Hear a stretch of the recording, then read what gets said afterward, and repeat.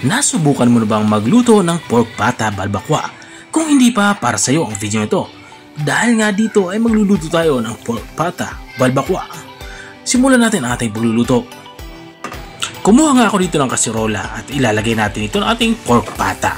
Bali pinahiwa ko na ito ng serving size sa aking pinagbilan sa palengke. Matapos natin mailagay yung ating pork pata ay lalagyan na natin ito ng tubig. Maglalagay din tayo dito ng suka. Ang purpose naman ng suka ay para mawala yung anggo na nanggagaling dito sa ating pork pata.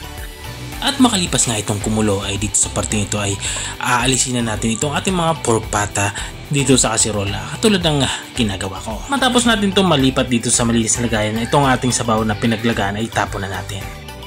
At dito nga sa parting ito ay magpapainit na tayo ng kawali. At nang mainit na yung kawali ay nilagyan ko nito ng kaunting mantika.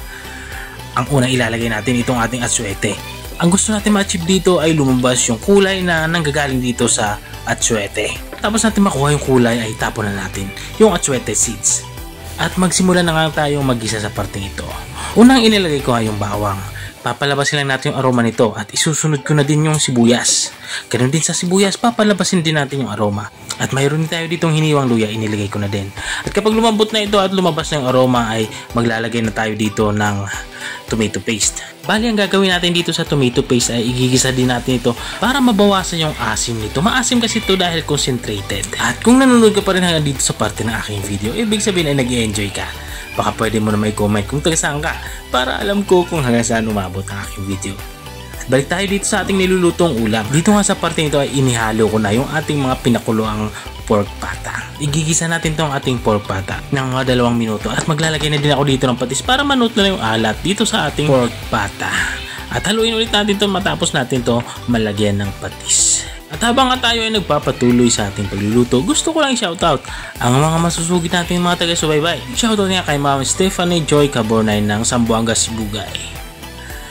I-shoutout din kay Ma'am Catalina Sistual Sevilino ng Bayugan City, Agusan. At shoutout din kay Ma'am Gina Olapane Laban-Laban ng Naik, Cavite.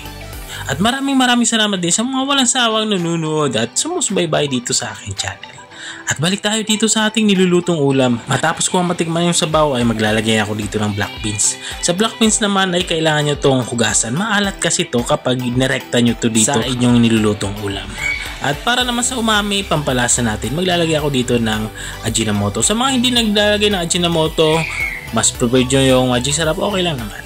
At naglagay na din ako dito ng green chili sa siling pula. Naman may kaunting anghang yung ating nilulutong ulam. At matapos kong mailagay yung siling pula sa siling green ay ilalagay na natin yung panghuli nating sangkap. Ito yung ating onion leeks. Bali tatakpan lang natin to, isimir lang natin to kahit 1 minuto para lang mas lumapot pa yung ating sabaw. At makalipas nga ng 1 minuto ay binuksan ko na ito. Dito naman sa parte ito ay lutong-luto na nga yung ating ulam pananghalian. Sobrang napakasarap at nakakatakam nga. So ito na nga yung ating pork pata balbakwa. Kung nakarating ka ngayon dito sa dulo ng aking video, maraming salamat sa panonood. Kung nagustuhan mo naman yung bago nating recipe yung binahagi, baka pwede mo naman itong i-share o siya. Hanggang dito na lang ako. Kita-kita ulit sa mga susunod kong mga videos. Paalam! Bye-bye!